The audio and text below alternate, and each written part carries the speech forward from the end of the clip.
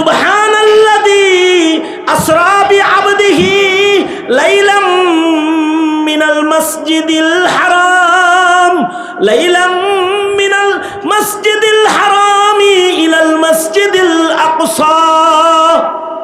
এই আকসা মসজিদের নির্মাতাও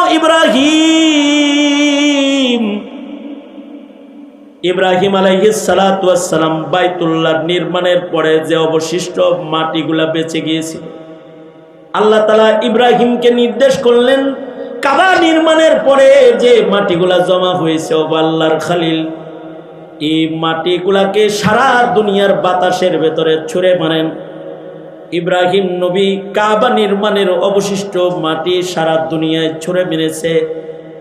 সারা দুনিয়ায় বাতাসে উড়ে উড়ে পৃথিবীর প্রান্তে প্রান্তে ইব্রাহিমের নিক্ষিপ্ত বালির কণাগুলো পৌঁছে গেছে।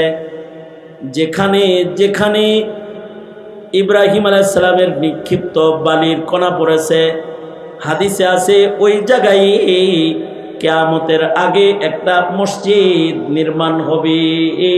যে মসজিদগুলোর নির্মাতা হবে ইব্রাহিমের সন্তান, মুসলিম উম্মার সন্তানেরা।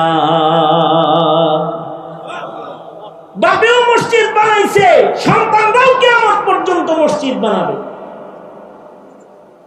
ইব্রাহিম আলাইহিস সালাতু ওয়াস সালাম দুটি মসজিদ বানিয়েছেন, হারাম ও আকসা।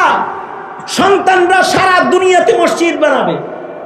এই মাদ্রাসায় মসজিদ বানানো হয়েছে, প্রতিটি গ্রামে গ্রামে মসজিদ বানানো হয়েছে। এই মসজিদ নির্মাতাগুলা যারা মসজিদ নির্মাণে অংশগ্রহণকারী হবে, এরা ইব্রাহিম বাবার সাথে জান্নাত পাবে। আল্লাহু আকবার বলেন। আর যারা ইব্রাহিম ইসমাইলের মতো নির্মাতার সাথী হবে, তারা ইসমাইলের সাথে আল্লাহর জান্নাত পাবে। মসজিদের নির্মাতা যারা, এদের সকলকে আল্লাহ তাআলা একটা একটা করে জান্নাতে বাড়ি দান করবে।